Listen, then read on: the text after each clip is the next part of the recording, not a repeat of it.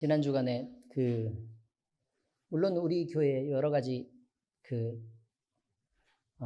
일들이 있었지만 한 가족이 다녀갔습니다. 전에 사모님이 섬기던 장성교회 권사님하고 장로님 부부가 다녀가셨거든요. 우리 교회 된 걸 보고 여러 가지 이야기들을 쭉 다 들으면서 너무 부럽다고 그러면서 이렇게 갔습니다. 그래서 안부하고 문안했는데 그 말씀을 미리 전해드립니다. 네, 오늘 이제 함께 나누실 말씀입니다. 여호수아 18장 첫 번째 말씀입니다. 여호수아 18장 오늘 되게 간단하죠?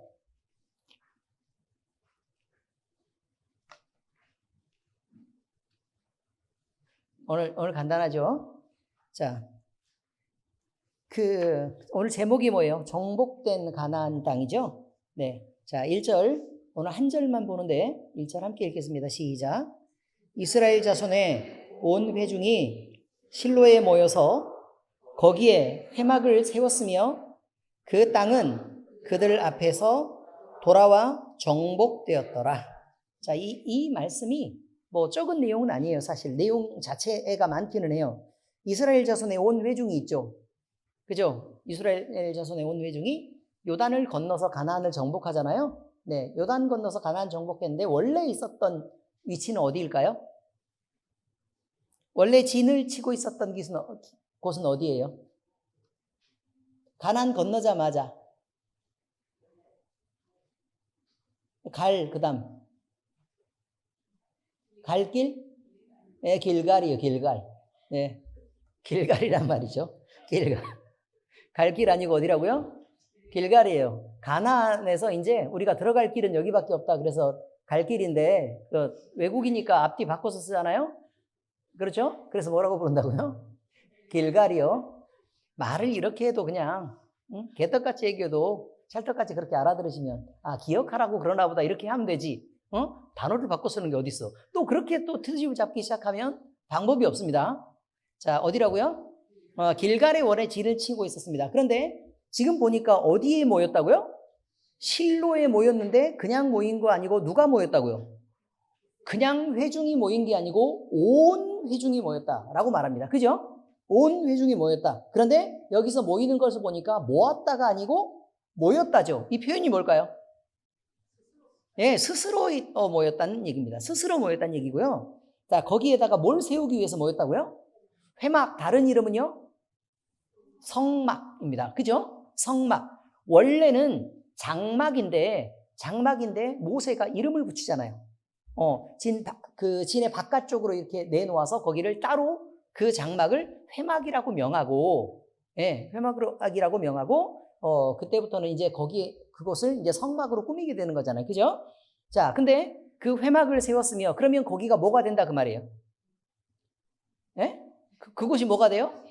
그곳이 하나님을 섬기는 중심이 된다 이거죠. 하나님을 섬기는 중심이 된다. 그러니까 정확하게 얘기하면 성전처럼 하나님을 섬기는 중심이 되는데 그게 300년 이상 이제 여기서 지금 여기 실로에서 그렇게 300년 이상 계속해서 회막이 위치하게 됩니다. 회막이 위치하게 되는데 그리고 그 땅은 그들 앞에서 돌아와 정복되었더라. 그러니까 결국은 모든 땅들이 어떻게 됐다고요? 정복되었다. 이제 이런 얘기를 말하고 있습니다. 자, 여러분, 우리가 지금 땅을 분배를 하고 있잖아요. 근데 모두 다 분배가 되지 않고 대략적인 분배만 얘기하고 난 다음에 아직 분배가 덜 된 지파들이 남아 있는데 갑자기 뭐부터 해요, 지금? 회막을 옮기는 작업부터 하죠. 네, 성막을 옮기는 작업부터 하는데 성막을 옮기는 그 내용의 이야기가 지금 여기에 삽입되어 있다 이 말이에요. 그런데 지금 원래 회막은요, 그림을 딱 넣어드렸습니다. 진이 이동할 때를 보니까, 진을 짜가지고 진이 이동할 때를 보니까 성막은 어디에 있어야 돼요? 진의 한가운데 있어야 되죠. 네, 진의 한가운데 있어야 되는 것입니다. 그래서 동서남북으로 주위를 다 둘러서가지고, 동서남북이니까 몇 개로 나누는 편대가 있어야 돼요. 4개의 편대가 있어야 되는 거죠. 자, 이렇게 있어야 되는데, 그런데 먼저 보세요. 유다지파 분기 받았어요? 안 받았어요? 받았죠. 그러니까 그쪽 면 무너졌어요? 안 무너졌어요? 무너졌죠. 그러니까 벌써 전진 안 되네요. 그래요, 안 그래요? 전진이 안 되잖아요. 유다 지파가 분깃받아서 지 땅으로 들어가 버렸으니까. 그죠? 그 다음에 요셉 지파 받았어요? 안 받았어요? 받았죠? 그죠? 그런데 요단 동편에서 누가 받았어요, 지금? 르우벤 지파 먼저 받았어요? 안 받았어요? 받았잖아요. 그러니까 벌써 동남서가 다 없다 그 말이에요. 그러니까 결국은 지는 진행하는 것을 이제는 끝내고 하나님은 자리를 잡으라 라고 말씀하셨기 때문에 이제 그렇게 자리를 잡게 되는 상황이 생긴 거다 이런 말입니다. 네, 대충 이해는 잘 되시죠? 네, 그렇습니다. 그래서 광야에서는요, 이제 물론 이게 그 회막이 옮겨 다닌 적이 있습니다. 당연히. 왜냐하면 구름 기둥과 불 기둥이 가라앉으면 어떻게 하면 된다고요? 네, 거기다가 다시 회막을 쳐요. 회막을 치고 진이 이렇게 감싸요. 그리고 나서 거기에 머무르면 되는 거고. 자, 이 구름 기둥과 불 기둥이 떠오르면 어떻게 하면 돼요? 그렇죠. 이제 짐을 다 바리바리 이렇게 싸는 거죠. 바리바리 다 싸요. 그래서 그 짐을 다 싸가지고 레위 지파가 그거를 담당하는데 들고 다니는 자손들이 따로 있어요.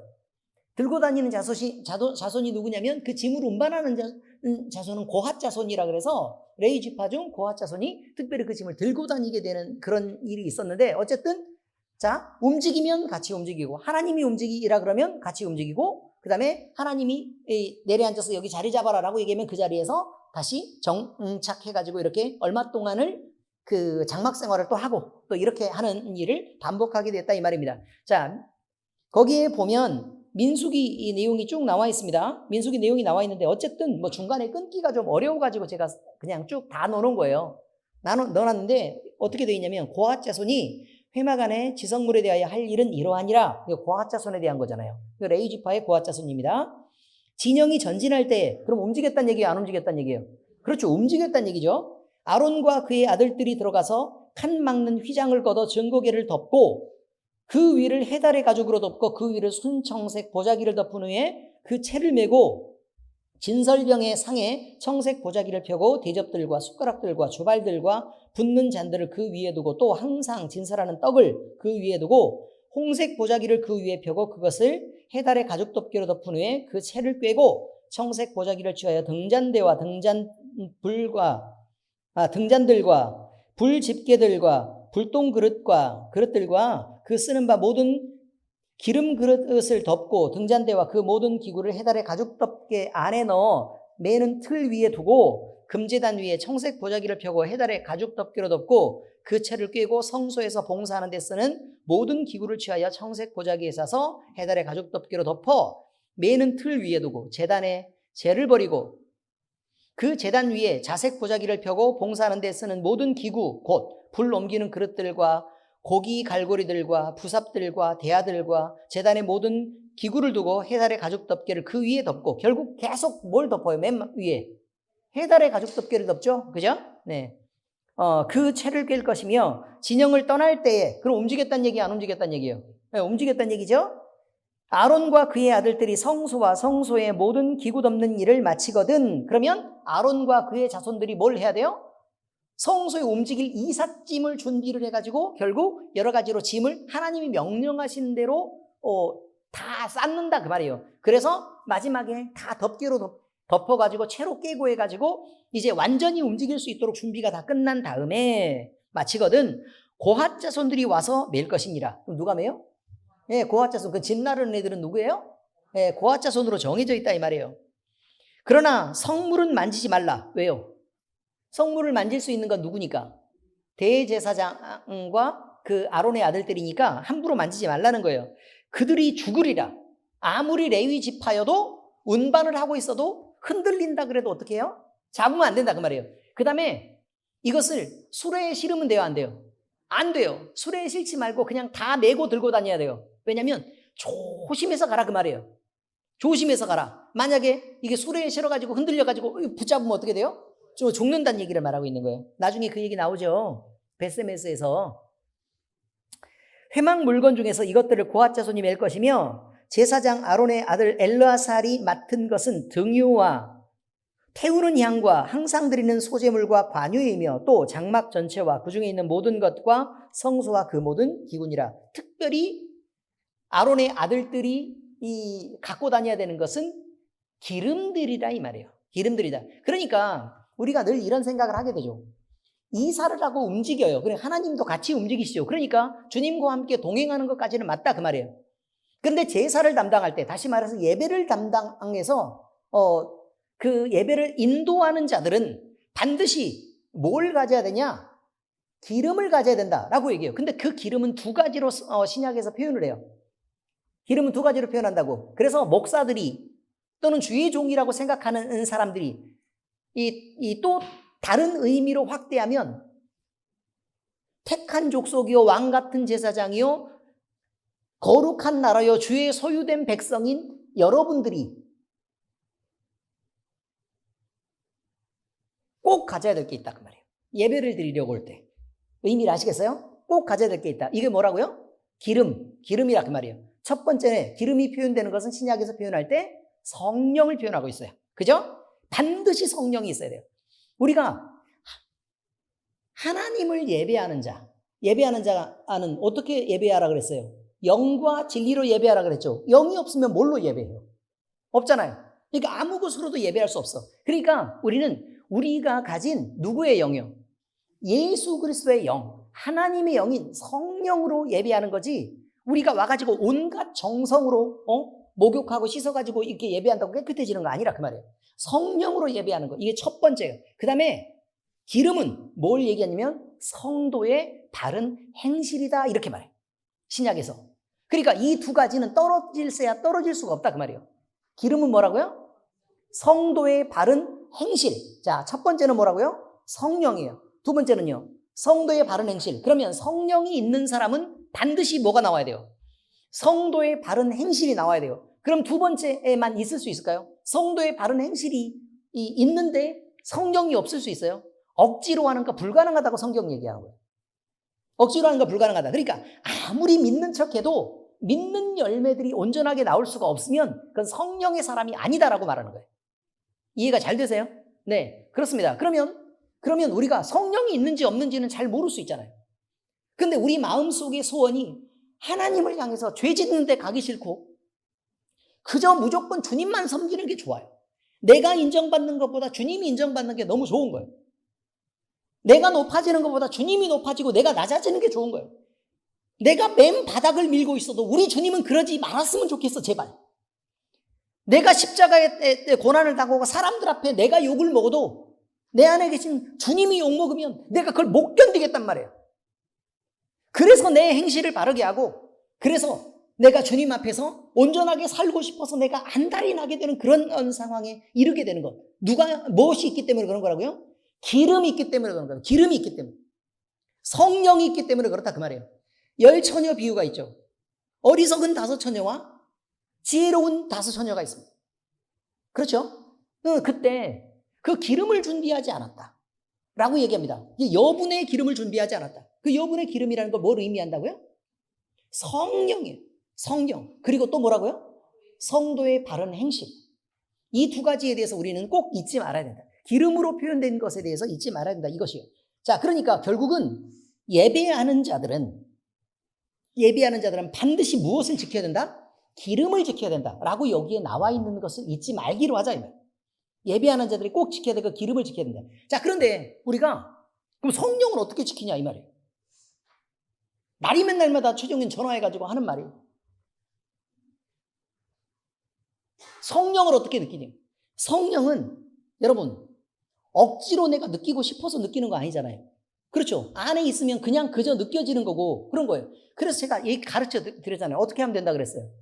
가슴에 늘 손을 얹어요. 근데 손 얹기를 싫어하는 사람들이 있어요. 그러면 안 돼요. 여러분 우리에게 소원이 있다면요. 그저 우리가 성령 충만한 거예요. 그거여야 된다고. 성령 충만하면 그 다음에 모든 일은 자연스럽게 다 돼요. 그 얘기를 말하고 있는 거예요. 왜냐하면 하나님은 이름이 여호와예요. 여호와의 뜻이 뭐예요? 스스로 계신 자라는 뜻이에요. 우리가 여기 집어넣는다고 넣어지는 게 아니란 말이에요. 하나님은 여기에 계셔서 스스로 계신 하나님이기 때문에 하나님이 이 안에 오시면 성령이 감동도 하시고 인도도 하시고 가르치기도 하시고 능력으로 나타나기도 해요. 그러니까 그럼 우리가 당연히 성령 받으면 성령이 우리를 다스리시면 우리는 어떻게 해야 돼요? 감동도 받고요. 인도하심도 받고요. 그 다음에 가르치심도 받고요. 능력도 받아요. 근데 우리는 능력 받는 건 좋잖아요. 그래요, 안 그래요? 손 딱 얹으면 그냥 낫고 귀신 딱 떠나고. 멋지지 않습니까? 능력 받는 건 좋다 그 말이에요. 응? 우리가 찬송할 때 막 귀신들 뒤집어져서 떠나가서 막 병이 치료가 되고 막 이렇게 되는 일은 너무 우리가 바라는 거잖아요. 그런데 성령 하나님이 우리가 거부하는 것들 중에 하나가 뭐냐면 성령 하나님이 우리를 가르치시는 걸 싫어요. 누구 말도 듣기를 싫어하거든. 왜? 내가 하나님이니까. 내가 하나님이니까 누구라도 누구 말도 듣기 싫어요. 그래서 심지어 하나님이라도 제발 나한테 잔소리 좀 안 했으면 좋겠어요 라는 생각이 있단 말이에요. 그래서 망해가는 거예요. 그럼 나한테 내 인생을 경영하도록 통째로 하나님이 그래 네 맘대로 해 라고 하면 우리가 성공할 수 있어요? 잘 살 수 있어요? 인생 행복할 수 있어요?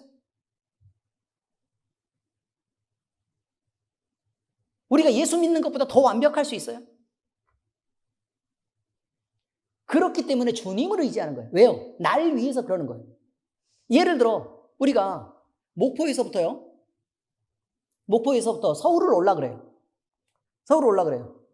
자, 그러면 우리가 다른 사람에게 의지하는 것보다는 나는 내 발이 내 마음대로 가니까 이게 제일 완벽하고 편하지. 그래가지고 목포에서부터 서울까지 걷기 시작하는 거예요. 그럼 우리는 걷다 대고 뭐라고 얘기를 해야 돼요? 아, 이런 곰탱이 같은 놈아. KTX를 타야지. 그래, 안 그래요? 얼마나 빠르고 편하고 좋은데. 여러분, 그런 거예요. 예수님을 믿는다는 거. 이해가 잘 되십니까? 그렇습니다. 그러니까 다른 것을 우리가 예를 들어 기차에 우리가 몸을 실을 때는 기차가 사고 나면 어떡해요? 위험하면 어떡하죠? 내 맘대로 중간에 내가 잘못하면 어떡해요? 더 먼 길로 갈 수도 있잖아요. 이렇게 계속해서 의심하고 계속해서 안 믿으면 그것도 어쩔 수 없는 일이에요. 아니 노선을 딱 보고 서울이라고 써져 있으면 타면 되지. 그렇지 않습니까? 그리고 시간 맞춰가지고 이거 타세요라고 얘기하면 타서 그냥 오면 돼요. 우리가 그저 걸어오는 것보다 사고도 덜 만나고 고생도 덜하고 훨씬 더 돈도 덜 들고 안전하고 완벽해요. 그 얘기를 말하고 있는 거예요. 예수 그리스도를 믿고 그가 경영하시는 열차에 의지해서 몸을 맡겨서 그 몸을 실으면 그 다음부터는 우리는 뭘 해야 되느냐? 예수님을 돕기 위해서 발을 바깥쪽으로 꺼내놓고 함께 달려야 돼요. 그래요, 안 그래요? 맞아요? 리성숙 집사님이 지금 맞다고 고개를 끄덕였어요. KTX가 시속 383km로 달리고 있는데 내가 그 달리는 기차를 돕겠다고 밖으로 발을 꺼내놓고 열심히 달리고 있다고요. 그럼 돼요, 안 돼요? 왜 안 될까요? 좀 도우면 더 빨리 갈 수 있잖아요.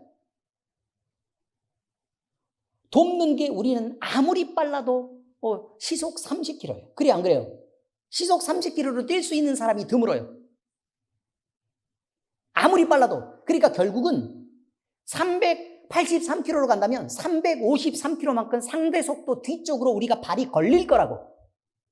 그러니까 내 발은 다치고 결국은 내가 안전하지 않게 된다 그 말이에요. 무슨 의미냐면 우리가 예수 그리스도를 의지하고 갈 때 그의 열차에 탑승을 했다는 것은 우리가 걷는 것을 포기하고 조용히 자리에 앉아 있어야 된다 뜻을 말하는 거예요. 좌석 번호 35A. 이해되셨습니까? 뭘 안 타봤으니 알 수가 있어야지. 적당히 좀 먼 곳에 친가도 있고 그래야 이런 것도 타볼 기회들이 있고 그러는 거죠. 아무나 타는 거 아닙니다, 여러분. KTX 못 타본 사람 손 들어봐요. 네, 그럴 줄 알았어요. 시댁과 친정이 여기 있는 사람 그럴 줄 알았어요. 그런 것입니다. 또 있습니다. 주님 앞에 주님께 기댄다는 것은 어떤 의미를 갖고 있느냐 이 말이에요. 주님께 의지한다는 것은요. 의지한다는 건 우리가 의지의 의미가 뭐예요? 기댄다는 뜻이잖아요. 그런데 갑자기 주님이 딱 빠지면 어떻게 돼요? 넘어져야 돼요. 그만큼 기대해야 된다고요. 내 중심을 완전히 그쪽으로 밀어놓아야 된다는 뜻을 말하고 있는 거예요. 주님이 언제 발을 뺄지 모르니까 내 다리에 힘을 꽉 주고 버티면서 살짝만 대고 있으리라. 이런 식으로 하는 것은 기대는 게 아니에요, 여러분. 다리에 알배겨. 허리가 나가고. 엄청 힘들 거라고. 웬만하면 기대면 좀 편한데요. 그렇게 기대는 것은 불편하고 다쳐요. 제가 그 말을 하고 있는 거예요. 주님 앞에 의지한다는 뜻, 주님께 기댄다는 뜻, 우리가 주님과 함께 간다는 그 뜻은, 주님과 함께 간다는 뜻은 우리가 주님 업고 간다는 뜻이 아니에요. 주님이 가시는 곳, 그 열차에 우리가 탑승을 해서 간다는 그런 의미하고 똑같은. 이해가 되십니까? 주님이 일을 하시겠다 그러면 우리는 주님 앞에 있어야 돼요? 뒤에 있어야 돼요? 뒤에 있어야 돼요. 뒤에 있어야 돼요. 그리고 주님에게 속해 있어야 돼요. 그래서 주님이 우리 앞에서 움직여야 돼요. 가나안을 처음에 여리고를 정복하려고 갈 때 여호와의 사자가 나왔잖아요. 뒤에서 물러서 가지고 한참 뒤쪽에 있어 가지고 니네 먼저 가. 내가 살짝 뒤따라갈게 라고 말했어요? 아니면 내가 앞서가리라 그랬어요? 내가 앞서가리라 그랬어요. 그 무슨 말이냐면 앞서가는데요. 몇 명 하나님의 군대가 앞으로 가서 치고 있는데 그 몇 명쯤 실수해가지고 뒤로 몇 명쯤 빠져나와가지고 우리가 할 일이 생길까요? 그런 일이 어디 있어요? 하나님의 군대가 앞에서 쓸고 간다고요. 이해가 잘 되셔요? 무슨 말인지? 하나님의 군대가 앞에서 쓸고 가면 우리가 뒤에서 할 일은 뭐예요? 구경하고 가는 거예요. 구경하고 가는 거. 응? 막 그러면서 막 소리 지르고 우리가 이겼다. 그러고 또 소리 지르고 또 아시겠죠? 지가 죽인 것처럼 그렇게 하고 가면 된다 그 말이에요. 뭐처럼요? 내가 죽인 것처럼 하고 막 소리 지르고 기뻐하고 그렇게 가면 돼. 누가 하시는 일에 대해서? 하나님이 하시는 일에 대해서 그렇다 그 말이에요.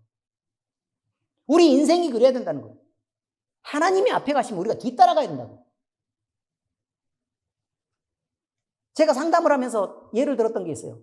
우리가 지금 성령 하나님에 의해서 견인된다는 뜻이 뭐냐? 이거예요. 하나님이 우리를 견인하심이라고 맨날 축도에서 나와요, 안 나와요? 나오죠. 성령의 감동, 감화, 인도, 교통, 치유하심과 주의 견인하심 이렇게 나오죠. 견인한다는 뜻이 뭐냐 이 말이에요. 레카차가 와서 우리를 끌고 간다 이 말이에요. 이해가 되십니까? 근데 레카차가 우리를 끌고 가는데 우리 김용국 집사님 같은 경우에는 나는 레카차에 안 타고 내 차에 탈 거예요 라고 해서 꼭 내 차를 타요.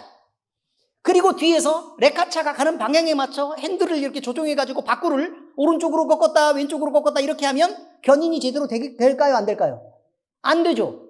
바퀴 못 쓰게 돼요. 결국 바퀴. 예? 못 쓰게 된다고 망한다고요. 가만히 냅둬야 돼. 견인된다는 건 그런 뜻을 말하고 있는 거예요. 성령 하나님에 의해서 견인된다는 뜻이 바로 그 얘기를 하고 있는 거라고. 우리가 마음대로 핸들을 돌리면 안 된다는 말을 말하고 있는 거예요. 그 다음에 시동 켜가지고 앞으로 한번 살짝 가볼까? 그러면 돼요? 안 돼요? 안 된다고요. 자기의 동력을 끊어야 된다. 동력도 끊고 뭐 해야 된다고요? 핸들 돌리지 말란 말이에요. 제발. 그래서 레카차에 자꾸 그 자리가 편하게 앞자리가 있는데도 불구하고 자꾸 어디에 태워요? 거기 타지 말고 이쪽으로 와서 옆에 앉으세요 라고 얘기하죠. 뭔 사고가 나봤어야 알지. 목사님처럼 확 여러 번 사고를 내봐야 그걸 알게 되죠. 그래서 배우는 게 있다고요. 성령 충만하게 이렇게 사고 많이 내서. 여러분 바로 이런 거예요. 지금 여러 가지의 예를 다 들었어요. 여러 가지 예를 들었는데 기차 탈 때는 어떻게 된다고요? 옆에서 다리 꺼내놓고 달려야 된다고요? 아니죠. 35A에 어떻게 하라고? 제발 부탁인데 어디 돌아다니지 말고 가만히 앉아 있으라고. 아시겠죠? 그렇다 이 말이에요. 기댈 때는 어떻게 하라고요? 넘어질 만큼, 그가 없으면 넘어질 만큼 기대는 거라고. 전쟁을 치를 때 앞에 서서 가라고요? 뒤 따라가면 된다고요? 뒤 따라가면 된다고요. 가만히 있으면 돼요? 안 돼요? 안 되죠. 뭐 해야 돼요? 열심히 응원하고 내가 이긴 것처럼 박수를 치고 앞에서 엄청 잘 싸워요. 그러면서 막 기뻐서 날뛰어야 돼. 이게 찬양과 영광이라는 거예요. 견인될 때는 어떻게 하면 된다고요? 제발 자리에 앉아서 시동 켜고 핸들 틀지 말라고. 시동 끄고 레카차 옆에 그냥 운전기사 옆에 되게 좁디 좁은 그 자리에. 저는 불편하지 않아요. 뭐 높이가 충분하니까 항상. 근데 어떤 사람들은 다리도 걸리고 높이도 불편하다 그러더라고요. 저는 어느 차를 타도 불편한 적은 없어요. 하나님이 잘 만들어 주셔가지고. 딱 그만하게 딱 좋게 만들어 주셔가지고 비행기에 어느 좌석을 타도 앞에 무릎 걸린 적도 없고 항상 그냥 아시죠? 어떤 의미인지? 그렇습니다. 늘 우리를 풍부하게 하셨다. 그런 하나님을 찬양한다. 뭐 이런 얘기죠. 자, 이렇게 해서 가난하게 입성하게 됐는데 여러분 회막이 이제 움직여 다니질 않는 거니까 이제 자리를 잡아야 될 거 아니에요. 그죠? 그래서 그런 필요가 생긴 건데 이제 하나님이 여기에 자리를 잡아라 라고 분명히 명령을 하셨을 거라고. 그게 특별히 기록은 없었지만 거기에 이제 실로로 옮겨서 이제 자리를 잡게 되는 것입니다. 그런데 문제는 왜냐하면 회막을 옮길 때 임의로 옮길 수 있는 거예요. 임의로 못 옮기는 거예요. 임의로 못 옮기는 거기 때문에 이렇게 하나님이 명령하셨을 거다라고 당연히 생각하는 거예요. 의미를 잘 아시겠죠? 자, 그럼 한번 봐요. 이사야서 33장 20절 한번 보겠습니다. 시작. 우리의 절기에 시온 성을 보라. 내 눈이 안정된 초소인 예루살렘을 보리니 그것은 옮겨지지 아니할 장막이라. 그 말뚝이 영영이 뽑히지 아니할 것이요 그 줄이 하나도 끊어지지 아니할 것이며. 결국은요 하나님이 허락하시면 성전이 됐든 장막이 됐든 움직일 수 있는 게 아니라 그 말이에요. 우리가 뻔히 알다시피. 왜요? 이것은 하나님의 명령대로 따라야 회막, 그 성막 안에 있는 물건들을 만질 수 있는 거잖아요. 내 마음대로 자 우리 한번 이사 한번 가서 깨끗이 봄 됐으니까 컴프레셔 갖다가 청소 한번 해볼까? 그럴 수 있는 게 아니라고. 이제 성막이 옮겨졌습니다. 성막이 옮겨지고 이제 새로 세워진 곳의 장소가 어디냐? 그러면 어디라고 돼 있어요? 실로라고 돼 있죠. 그런데 이 실로라는 것은 이 이름도 중요하고요. 그 다음에 어디에 있었느냐도 중요해요. 실로는요 에브라임 기업 내에 있는데 거기 실로 보이시죠? 근데 그 바로 오른쪽 아래 뭐가 보여요? 오른쪽 아래라고 얘기했는데 지금 밥 먹는 손 얘기하는 거예요.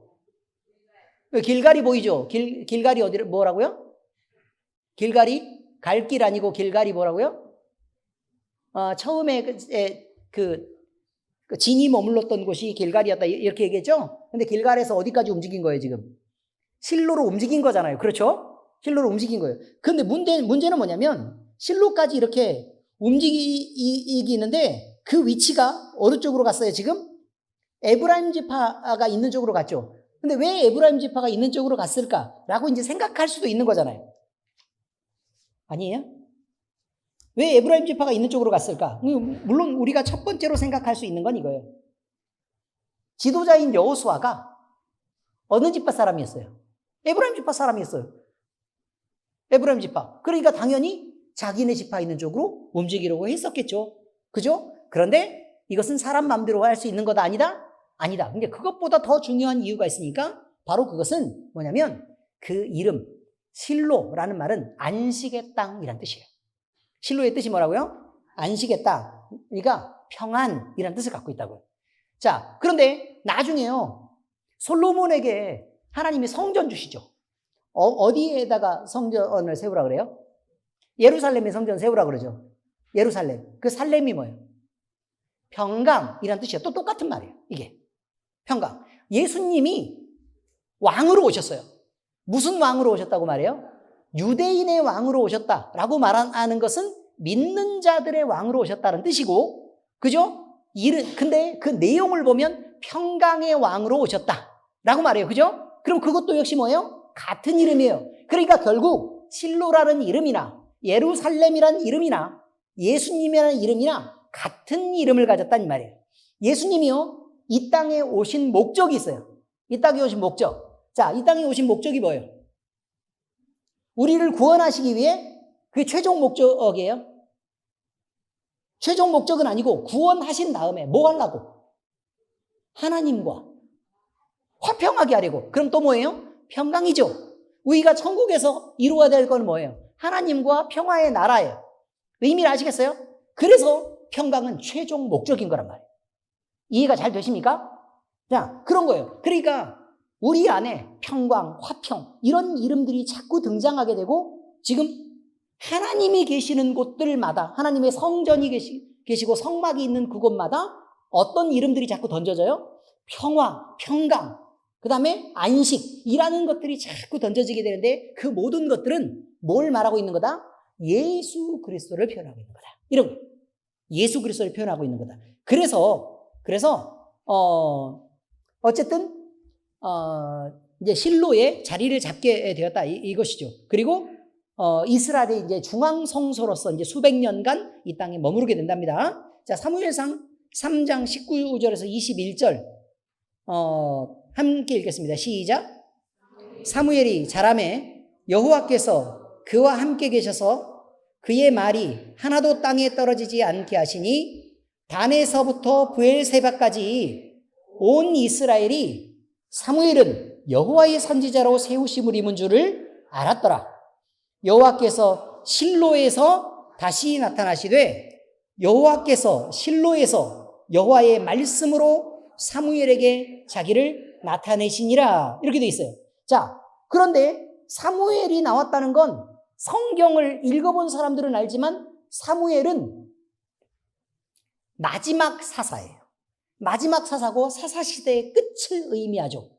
그죠? 사무엘이 한 일들 중에 다윗을 기름 부은 일이 있고 그 다음에 사무엘이 끝난다면 이제 다윗 왕의 시대가 시작되는 거예요. 그러니까 사울 왕까지는 어디에 속하는 거냐면 사사시대에 속하는 거예요. 사실은. 왜? 마지막 사사가 살아있었으니까. 의미를 아시겠죠? 근데 그때까지 뭐가 있었다고요? 실로에서 여호와께서 자기를 나타내셨다. 그러니까 거기에 장막이 있었다. 라는 표현을 지금 하고 있는 거예요. 이해가 잘 되시죠? 그죠? 그런 의미예요. 그런데 이 장막이 움직이게 된 이유가 있어요. 무엇 때문에 움직이게 됐느냐? 이거죠. 무엇 때문에 움직이게 됐을까요? 왜 움직이게 됐을까요? 뭐요? 왜 자신 있게 말을 못해요? 성경 막 몇 번씩 읽는다면서요? 무슨 전쟁일까요? 블레셋의 전쟁에서 빼앗기게 되는데 정확한 표현을 말하면 그거는 원인이 아니고 결과고요. 원인은 대제사장 엘리와 그 가족의 범죄 때문이에요. 아시겠어요? 그 범죄 때문에 하나님이 그 제사를 더 이상 받지 않기로 하세요. 의미를 이해하셨습니까? 그래서 거기서 드리는 예배를 받지 않기로 해서 블레셋이 와가지고 오히려 블레셋과의 전쟁에서 지게 되는데 우리가 하나님의 성궤를 갖고 와서 이제 우리가 전쟁을 이겨보자. 그래가지고 갖고 온 거죠. 자기들 맘대로 갖고 왔어요. 근데 갖고 오는데 별 문제가 안 생겼어. 근데 전쟁했어. 법궤를 뺏겼네? 이래서 블레셋이 그 법궤를 차지하게 되었다. 뭐 이런 거예요. 대충 아시겠죠? 그러니까 법궤가 의미가 있는 게 아니고 하나님이라고요. 하나님이 어디에 계시느냐인데 사람들은 결국 법궤를 우상화하게 되었다. 뭐 이런 거죠. 그런 의미입니다. 자, 하나님께서는요, 어쨌든 지금은 실로로 이들을 인도하셔서 회막을 세우도록 허락하셨고, 그 다음에 하나님이 자기 이름을 거기에 두시기로 이제 작정하셨다. 그런 거죠. 자, 그 다음에 이 회막이라는 것은요, 하나님이 명령하셔서 회막이 있었을 때 그곳은 왜 그곳을 바라보고 예배를 생각하고 왜 그곳을 바라보고 기도를 드린다고 얘기하고 많이 나오죠. 내가 주의 성전을 향하여 뭐 이렇게 주의 전을 향하여 주의 성소를 향하여 이런 표현들을 자꾸 쓰는데 왜 그곳을 향하여 기도를 하고 그곳을 향하여 예배를 했을까? 뭐 이런 거죠. 그곳은 하나님의 임재의 상징이기 때문에 그래요. 그러면 우리가 기도할 때는 어떻게 해야 될까요? 자, 잘 들으셔야 돼요. 잘 들으셔야 돼요. 기도할 때는 맨 처음에 기도를 급하게 시작하지 말고 어떻게 하자고 얘기했어요? 가슴에 손을 얹고 우리 주님을 느껴보기로 하자 라고 얘기했습니다. 그죠? 남들이 다른 교회에서 안 하는 건데 저렇게 하면 저거 이단인가? 이런 생각하시면 안 돼요. 왜냐하면 주님이 우리 안에 계시니까 우리가 그 주님을 느끼자고 얘기하는 거예요. 근데 보세요. 이렇게 하나님이 계신단 말이에요. 그러면 여기서 충분히 아무 말도 하지 말고 우리 자신을 정결하게 하고 주님을 느껴지는 것이 깊어진 다음에 그때 비로소 우리 안에 계시는 예수 그리스도의 영으로 하늘에 계시는 하나님께 기도를 올려드리는 거예요.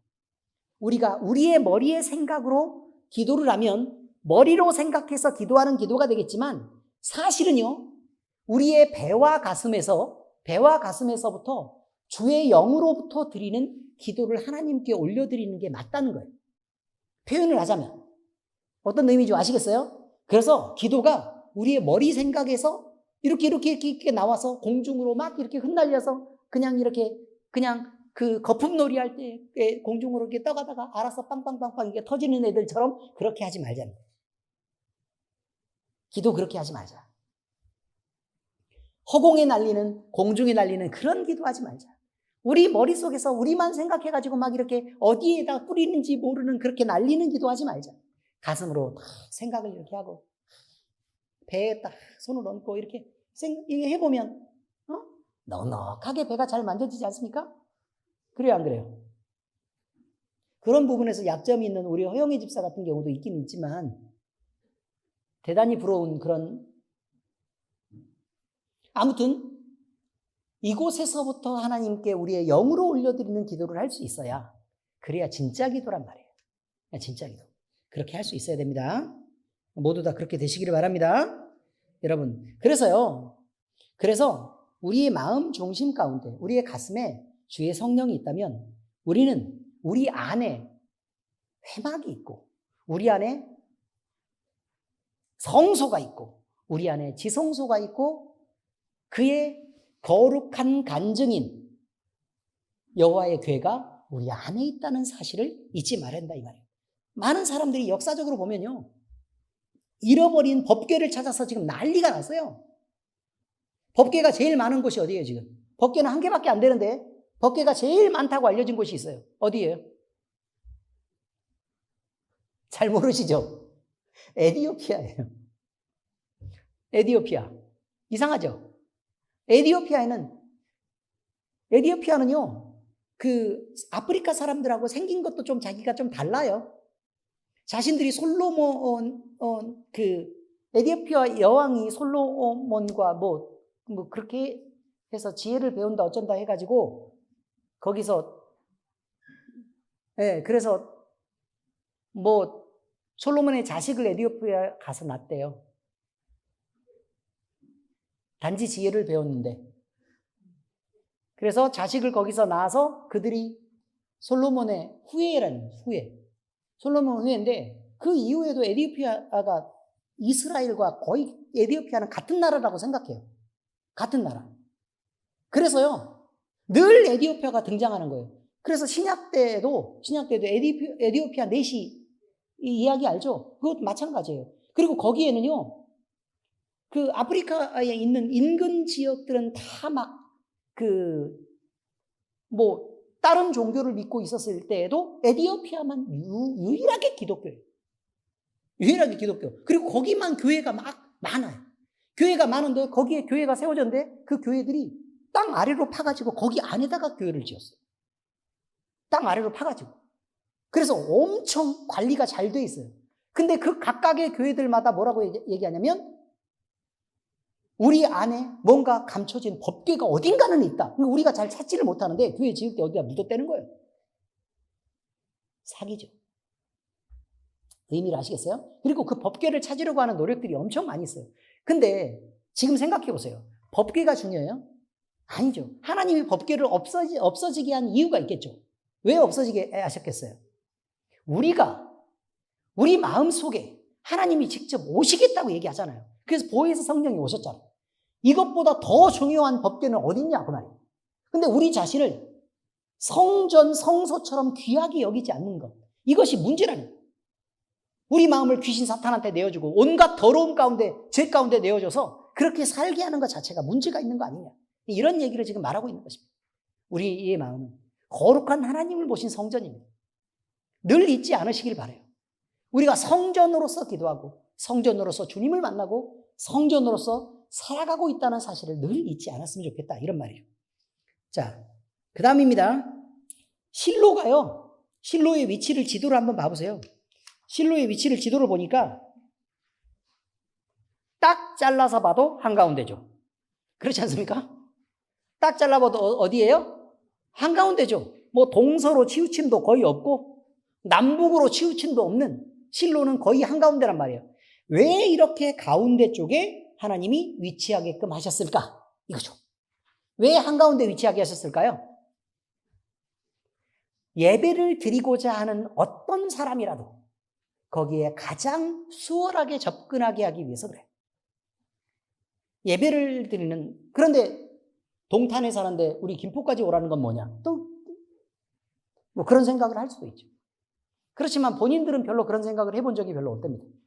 그러니 우리는 이해를 해야죠. 그저 주님 앞에 나오는 게 좋고 교회에 오는 게 좋답니다. 여러분, 이렇게 실로가 가나안의 중심부에 위치하고 정확하게는 가나안의 중심부라기보다는 가나안의 오른쪽으로 요단 쪽으로 치우쳤죠. 근데 왜 그쪽으로 치우쳤을까요? 예, 동편에서 기업을 받은 지파들도 있으니까. 그렇습니다. 그래서 진해 한가운데 자리 잡고 있었는데 이제 가나안의 중심에 들어와서 예배를 누구나 예배하게 접근할 수 있도록 쉽게 하셨다라는 것이고, 우리가 늘 이런 생각들을 해야 돼요. 예배만큼은 우리가 수월하게 해야 되지 않을까. 그래서 모든 것들은 하나님을 섬기는 데 있어서 다른 모든 것들을 떠나 하나님을 예배하는 것이 중심이 돼야 되는 거구나 라는 걸 알아야 된다 이 말이에요. 그러니까 그래서 우리가 늘 봉사를 생각할 수도 있고 교육을 생각할 수도 있고 문화사역을 생각할 수도 있고 전도를 생각할 수도 있고 이렇지만 하나님이 우리 엘림교회를 세울 때 하필이면 IC 여기 안쪽에 이렇게 들어와가지고 교회를 세우게 하셨잖아요. 그리고 요 뒤편 아래쪽을 공장으로 막고 뒤편은 산으로 막고 그 다음에 우리 애들이 뛰어노는 이곳이 자유롭게 하시고 앞에는 도로가 지나가고 이렇게 하셨는데, 코로나가 한참 활발하게 있었을 때에도 사실은 사람들에게 이렇게 물론 거리 두기가 철저하게 진행이 됐던 건 사실이지만 그것 외에도 하나님은 더 우리가 다른 사람들과 함께 부딪혀서 피해를 주지 않는, 다시 말해서 예배를 드릴 때 있어서 방해를 받지 않는 장소를 우리에게 허락해 주셨고, 그것이 우리에게 상당한 축복임을 우리가 스스로 느낄 수 있게 하셨지 않냐는 거예요. 마찬가지로 그냥 이렇다는 것입니다. 그래서 하나님의 보좌는 주의 백성 가까이에 늘 있다라는 것을 기억해 주시기 바랍니다. 자, 그 다음에요. 이제 표현을 보니까 안식의 장소를 나타내는 실로라는 이름은 메시아 예수 그리스도를 지칭하는데, 그것은 야곱의 임종 예언에서도 나타나는데 실로가 거기서 등장을 해요. 실로가 등장을 하는데 창세기 49장 10절, 자 시작. 주가 유다를 떠나지 아니하며 통치자의 지팡이가 그 발 사이에서 떠나지 아니하기를 실로가 오시기까지 이르리니 그에게 모든 백성이 복종하리로다. 그럼 실로는 뭐란 말이에요? 그죠. 실로가 그예요. 거기 봐요. 다시요. 실로가 오신다 라고 말하고 그에게 라고 얘기했으니까 실로는 누구예요? 그죠. 실로는 그라고요. 여기까지는 문맥상의 이해는 하시겠죠? 실로는 그예요. 그런데 실로가 오시기까지, 그럼 실로는 이 땅에 있는 거예요? 이 땅에 오시는 거예요? 오시는 거란 말이에요. 오시는 거예요. 지금 명칭으로 실로가 있어서 지금 회막이 거기에 있는 거지, 회막이 거기에 자리를 잡은 거지, 실로는 야곱의 임종 예언에서 볼 때의 실로는 오시는 분을 오시는 그를 얘기하는 거예요. 그 오시는 그는 누구냐? 라는 거예요.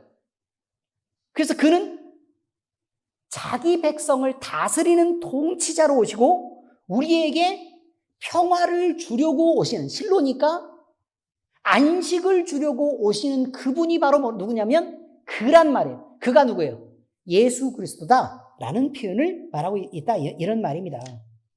대충 이해하시겠죠? 자, 그래서 이 실로를 기억하게 하려고 사실은 실로라는 이름을 그때 정했는지 아니면 뭐 실로라는 이름이 가나안 땅에 원래 있었던 건 아닌 것처럼 보여집니다. 그래서 그 이스라엘 백성들이 회막을 거기다 놓고 이곳이 실로다라고 정한 건 아마 야곱의 예언을 따른 것이다라고 그렇게 보는 시각이 많습니다. 자, 그래서요, 실로를 통해서 안식의 길을 통해, 안식의 땅을 통해서 하나님이 계시는 그곳에서 세상의 모든 규례들은 보다 더 크고 완전한 성막으로 완성되어 가죠. 자, 히브리서 9장 1절, 11절, 12절, 22절. 이게 조금 띄엄띄엄한 것은요, 그냥 내용을 그냥 전체를 다 이해하기 쉽게 하기 위해서 그렇습니다. 자, 한번 읽어보세요. 시작. 첫 언약에도 섬기는 예법과 세상에 속한 성소가 있더라. 그러면 성소는 뭘 해야 된다고요? 섬기는 예법이 있어야 되고, 그 다음에 이 세상에서 무엇인가의 역할을 해야 되는 게 성소다라는 표현을 지금 쓰고 있는 것입니다. 근데 그것이 뭐로 주어졌다고요? 하나님이 우리에게 언약으로 주신 것에 지금 들어있다는 것입니다. 여기는 이해가 잘 되셨죠? 땡땡땡땡하고 그 다음 계속합니다. 시작. 그리스도께서는 장래 좋은 일에 대제사장으로 오사. 여기까지는 뭐냐면 성소에서 가장 중요한 사람은 누구냐면 대제사장이죠. 그죠? 하나님과 사람 사이를 중보하고 예배를 하나님께 올려드리는 역할을 하는 게 지금 대제사장인데 누가 그 일을 하러 오셨다고요? 그리스도께서 오사라고 표현하고 있어요. 그리스도께서 땡땡땡땡땡땡의 오사. 근데 나중에 있을 일에 좋은 일들을 위해서 왔다라고 표현하고 있습니다. 자, 다음이요.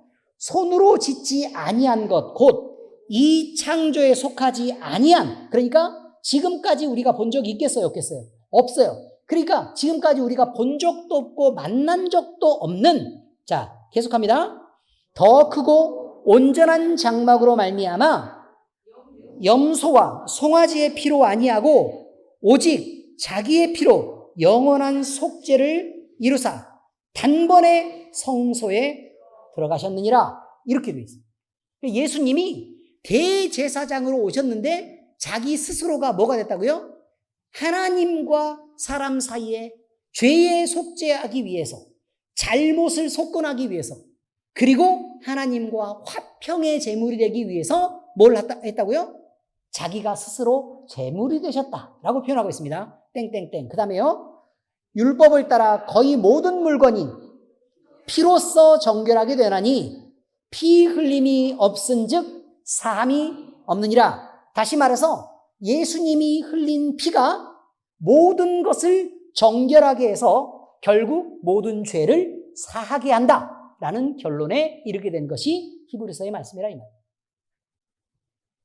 참고로 회막이 세워진 곳을 실로라고 부르죠? 그죠? 그런데 그 회막이 세워진 걸 실로라고 부른 것은 그 당시에도 전쟁이 완전히 멈추고 평화가 깃들었기 때문에 그렇기도 하다는 것을 아시기 바랍니다. 또 살렘의 성전인 세원, 그곳 역시 평화의 예루살렘이라는 것을 의미한다라는 것을 기억하시기 바랍니다. 자, 여러분, 이스라엘 자손들은요, 온 회중이 자발적으로 모입니다.